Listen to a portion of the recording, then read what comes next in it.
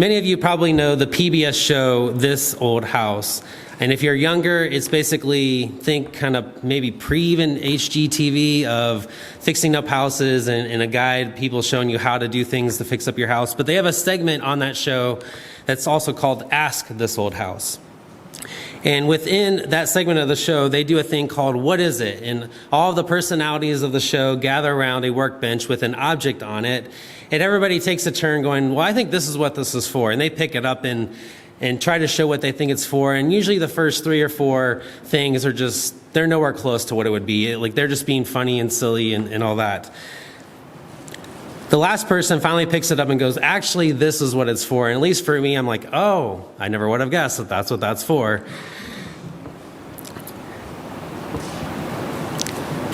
Without the intended purpose given, the object in that segment of Ask This Old House becomes whatever someone wants it to be. This scenario in the show describes, I think, how our world often engages with spirituality. When social researchers ask the question to people if they are religious or not, more and more people are answering with no, or I just don't identify with anything. Like, I don't identify with this religion or this particular organized version of it. I just don't identify. It's either no or unidentified. But when asked if they are spiritual, the answer is yes. Look up most any recent poll like this and you'll see what I'm saying. And like, how can that be right? Like, people claim to be non-religious but spiritual. How do those two kind of fit together?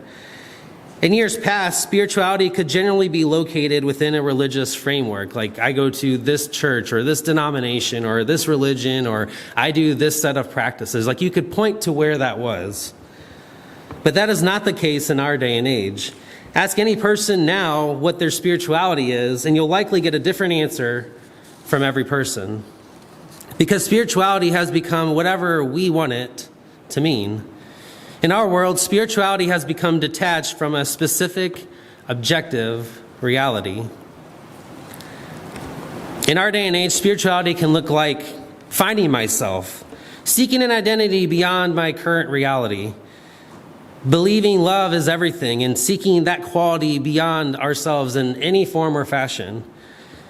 Or it could just be seeking a thrilling moment, seeking something beyond just my ordinary, mundane life, something exciting. Or communing with nature, just seeking to be part of something bigger than oneself. Or maybe it's seeking an aha moment, like inspiration, seeking information beyond what I already know.